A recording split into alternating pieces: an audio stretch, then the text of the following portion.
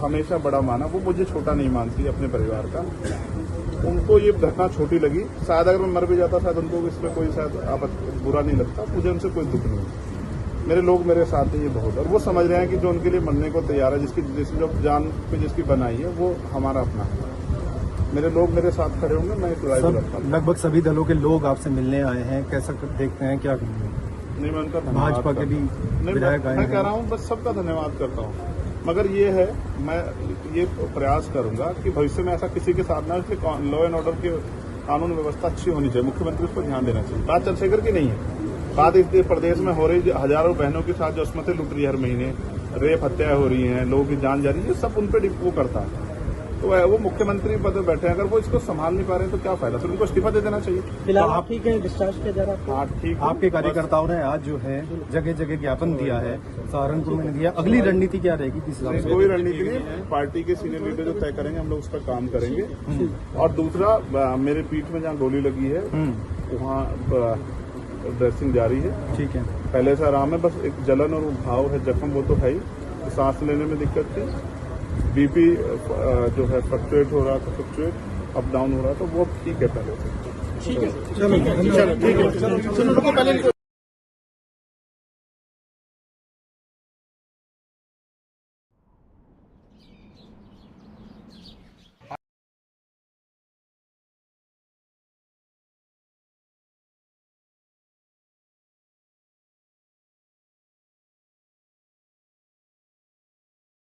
Bullet जो चीरती हुई लोहे के हिस्से को गाड़ी के, और वो मुझे लगी, तब मुझे एहसास हुआ कि हम गिर गए। फिर तीसरी गोली चली, इसने मेरा आगे वाला शीशा पूरा डैमेज कर दिया। चौथी गोली पे मैं नीचे हो गया, जो गोली आपने देखा कि वो सीधी उसमें लगी, अगर मैं नीचे ना होता तो वो मेरी छाती के आर पार चली जाती।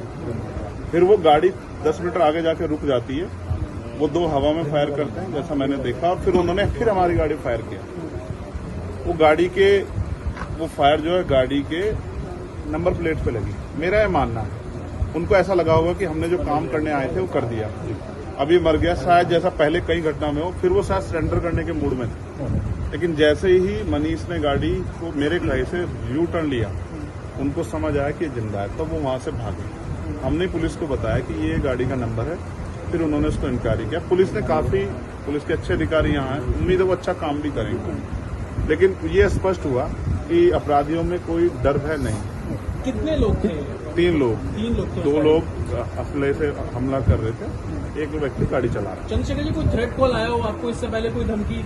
पिछले कई सालों से आ रही है, मैं लगातार पुलिस को इंटीमेट भी करता रहता हूं। मैंने डीजीपी को भी लिखा, गृह मंत्री को भी लिखा, मुख्यमंत्री को भी लिखा, यहाँ के पहले एसएसपी डीएम थे उनको भी लिखा। लेकिन डीएम साहब जो पिछले थे, अखिलेश सिंह जी, उन्होंने साफ मना कर दिया। अच्छा, अतीक अशरफ के जैसा हुआ वैसे ही कुछ होने वाला था, ऐसा आपको लगता है? अब आप इसका आकलन खुद करें कि क्या हुआ और क्या हो सकता है। आपके पास लाइसेंस? एक और बात, मुझे ऐसा लगता है कल की घटना के बाद, इतने बड़े उसके बाद भी अगर मैं सुरक्षित हूँ तो हमारे संतों गुरुओं महापुरुषों का आशीर्वाद, हमारी करोड़ों बहनों माताओं का आशीर्वाद, बुजुर्गों का मेरे पास है। और मैं जो जिम्मेदारी मैं लेके मैदान में आया हूँ, बाबा साहब अम्बेडकर, मानव काशीराम साहब, सदगुरु रविदास जी का जो बेगमपुरा राज का सपना है, मानवता के राज का सपना है, संविधान को लागू कराने का है, इन वर्गों को अधिकार देने का है, जब तक वो पूरा नहीं होगा मैं कहीं जाने वाला नहीं। मीरपुर में छोड़कर अपराधी भाग जाते हैं, तो उसको कुछ और बता रहे, कुछ तो कहानी कुछ और नया मोड़ देने की कोशिश हो सकता है वो चाहते थे जो गुजरों और दलित समाज में एकता बनी है वो एकता टूट जाए, ये होगा ही नहीं कभी। ठीक है, ये नहीं हो सकता। एक आखिरी सवाल है, अमेठी पंचायत आप लोग कर रहे हैं अपनी मांगों को लेकर? हमारी लीडरशिप ने ये निर्णय लिया है कि जब 24 घंटे में गिरफ्तारी नहीं हुई तो हमें अपने लोगों को भी जवाब देना है, तो इसलिए शायद उन्होंने 3 तारीख का समय रखा है, मैं उसका हिस्सा बनूंगा। अमेठी के अंदर एक फेसबुक वायरल हुई है पोस्ट, जिसमें आपको मारने की वो की गई है, क्या कही है उसके अलावा? ठीक है, देखिए लोकतंत्र है, उनके अधिकार है, मारे या छोड़े। मैंने कहा ना, मैं पहला थोड़ा ही हूँ जो मारा जा रहा हूँ या जिसको मारने का प्रयास किया, मुझसे पहले बहुत मरे हैं, लेकिन उनको कोई जान नहीं रहा था। मुझे लोग जानते हैं तो मेरी बात आगे बढ़ती, लेकिन मैं अपने लोगों को मरने नहीं दूंगा, ये भी मैं उनको संदेश देना चाहूँगा। उन्होंने पोस्ट किया है अमेठी क्षेत्रीय महासभा से कि इस बार तो बच गया, अगली बार नहीं बचेगा। देखो, मैं गोली से डरता नहीं, मैं गोली से बंदूकों से नहीं डरता हूँ, मैं संवैधानिक रास्ते से चलता हूँ, संविधान को मानता हूँ। गोली चलाने वालों को भी कहना चाहता हूँ, कुदरत उनको सद्बुद्धि दे, गलत जगह पंगा ले रहे हैं। मैं झगड़ा नहीं चाहता, मैं अपने लोगों को भी कह रहा हूँ कल से शांति बना रखो। और संविधान के रास्ते चलो। वो हमें डिस्टर्ब करना चाहते हैं कि जो हम राजनीतिक ताकत हमारी बन रही हो कमजोर हो जाए, हम दूसरी दिशा चले जाएं। लेकिन ये भी एक अटूट सत्य है कि हम संविधान के जरिए जवाब देना जानते हैं, और किसी को गलतफहमी हो तो वो गलतफहमी सुधारने का समय वो क्यों कर रहे थे, वो पाला खींच ले। मुझे ही तो मारना है ना, वो बता दे मैं चला जाऊंगा मरने में, अगर मेरे लोगों के साथ तो खेलना खेले ना। मैं तैयार हूं, अगर मेरे मरने से हमारा आंदोलन आगे बढ़ता, हमारे लोग खड़े हो तो मुझे कोई दिक्कत नहीं है। लेकिन उनको ये समझना चाहिए कि ये आज लोकतंत्र है। गोली की भाषा से एक चंद्रशेखर मरेगा तो क्या हो जाएगा, हजारों चंद्रशेखर पैदा हो जाएंगे। ये समाज, बहुजन समाज तो उपजाऊ समाज है। एक मरेगा, हजार पैदा हो, कितने चंद्रशेखर मारोगे? और मारो, गोलियों में सत्ता का संरक्षण आपको है, मुख्यमंत्री आपका अपना है, खूब चंद्रशेखर को मारो, हर जिले से चंद्रशेखर पैदा हो। पहली घटना आपके साथ बाबा साहब मुजफ्फरनगर, अम्बेडकर और माननीय काशीराम साहब को सपना पूरा करे बगैर संविधान को लागू करवाए हम लोग जाएंगे नहीं। चंद्रशेखर भाई, पहली घटना आपके साथ मुजफ्फरनगर में हुई, दूसरी अब देवबंद में हुई। क्या अब लगता है कि आसपास का क्षेत्र, उससे पहले बुलंदशहर में अगर पहली घटना पे ठोस कार्रवाई हो जाती तो अपराधियों के हौसले कमजोर होते हैं। लेकिन मैंने कहा ना कि एक रानी का नहीं, प्राइमरी स्कूल के हेडमास्टर का बेटा है, एक गरीब माँ का बेटा है, तो मर जाए, क्या फर्क पड़ा, किसी को क्या फर्क पड़ता है? उनका रास्ते कांटा आसान से निकल रहा है, तो इसलिए उनको लगा कोई वो नहीं। लेकिन जनता समझ रही है। मेरे एक खून का जवाब मेरे लोग जो है ना मुझे संरक्षण देके देंगे। एक आखिरी सवाल, और सबक सिखाएंगे भारतीय जनता पार्टी की सरकार को, जिसके अब संरक्षण में गुंडे पल रहे हैं। एक आखिरी सवाल है, क्या ये पॉलिटिकल अटैक था आपको लगता है? पुलिस जांच कर रही है कि मेरे मरने से किसको फायदा हो सकता है, कौन मुझे चाहता मैं मर जाऊं। पुलिस जांच कर रही है, मुझे उम्मीद है पुलिस फेर जांच करके, कोई मैनिपुलेट करके नहीं, सही जवाब देगी कि उन्होंने ऐसा क्यों किया। चंद्रशेखर का जो कद बढ़ रहा है देश के अंदर, कई मुख्यमंत्रियों ने भी अब ट्वीट किया है, ओवैसी ट्वीट कर रहे हैं, कहीं और कर रहे हैं, तो इस चीज को क्या ये लगता है? गलत होगा तो लोग बोलेंगे। अगर कल मेरी जान ही चली जाती तो लोग फिर भी तो उनको पीड़ा होती, उनको अपना भी देखना है, कल उनके साथ भी हो सकती है।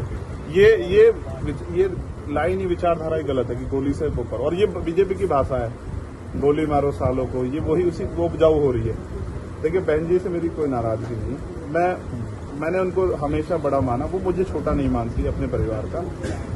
उनको ये घटना छोटी लगी, शायद अगर मैं मर भी जाता शायद उनको इसमें कोई शायद बुरा नहीं लगता, मुझे उनसे कोई दुख नहीं। मेरे लोग मेरे साथ हैं, ये बहुत, और वो समझ रहे हैं कि जो उनके लिए मरने को तैयार है, जिसकी जो जान पे जिसकी बनाई है, वो हमारा अपना है। मेरे लोग मेरे साथ खड़े होंगे, मैं एक लड़ाई लड़ता हूं। लगभग सभी दलों के लोग आपसे मिलने आए हैं, कैसा देखते हैं, क्या नहीं, मैं उनका भाजपा के भी विधायक आए मैं हैं। कह रहा हूँ बस सबका धन्यवाद करता हूँ, मगर ये है मैं ये प्रयास करूंगा कि भविष्य में ऐसा किसी के साथ ना, इसलिए लॉ एंड ऑर्डर की कानून व्यवस्था अच्छी होनी चाहिए, मुख्यमंत्री उस पर ध्यान देना चाहिए। बात चंद्रशेखर की नहीं है, बात इस प्रदेश में हो रही हजारों बहनों के साथ जो अस्मतें लुट रही है, हर महीने रेप हत्याएं हो रही हैं, लोगों की जान जा रही है, ये सब उन पर वो करता है। तो वो मुख्यमंत्री पद में बैठे हैं, अगर वो इसको संभाल नहीं पा रहे हैं तो क्या फायदा, फिर उनको इस्तीफा दे देना चाहिए। फिलहाल आप ठीक है, डिस्चार्ज किया जा रहा है? हाँ ठीक है। आपके कार्यकर्ताओं ने आज जो है जगह जगह ज्ञापन दिया है, सहारनपुर में दिया, अगली रणनीति क्या रहेगी किस हिसाब से? कोई रणनीति नहीं, पार्टी के सीनियर लीडर जो तय करेंगे हम लोग उस पर काम करेंगे। और दूसरा, मेरे पीठ में जहाँ गोली लगी है वहाँ ड्रेसिंग जारी है, ठीक है, पहले से आराम है, बस एक जलन और घाव है, जख्म वो तो है ही, सांस लेने में दिक्कत थी।